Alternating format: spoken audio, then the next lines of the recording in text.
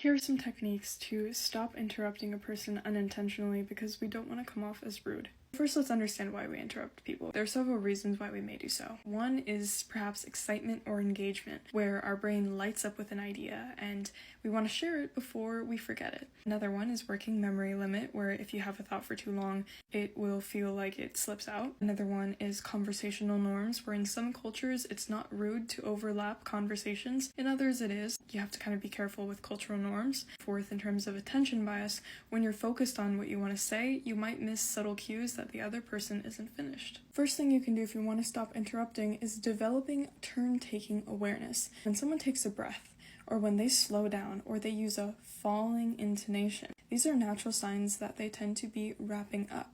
And when you practice recognizing this, and you can see when they're pausing between mid-thought and actually ending, you'll better understand when it is that you can say what it is you want to say and when you should let them continue. Second is to use verbal bookmarks for yourself. Instead of blurting, keep a short placeholder in your head for remembering a certain point about something, because this is going to reduce the anxiety of forgetting, which is a big driver of interruptions. Third is to build in a pause buffer, because when you feel the urge to speak, if you give yourself a 2-second pause, it allows you to ensure that the person is actually done speaking, and it also gives your prefrontal cortex time to override the impulse of blurting something out.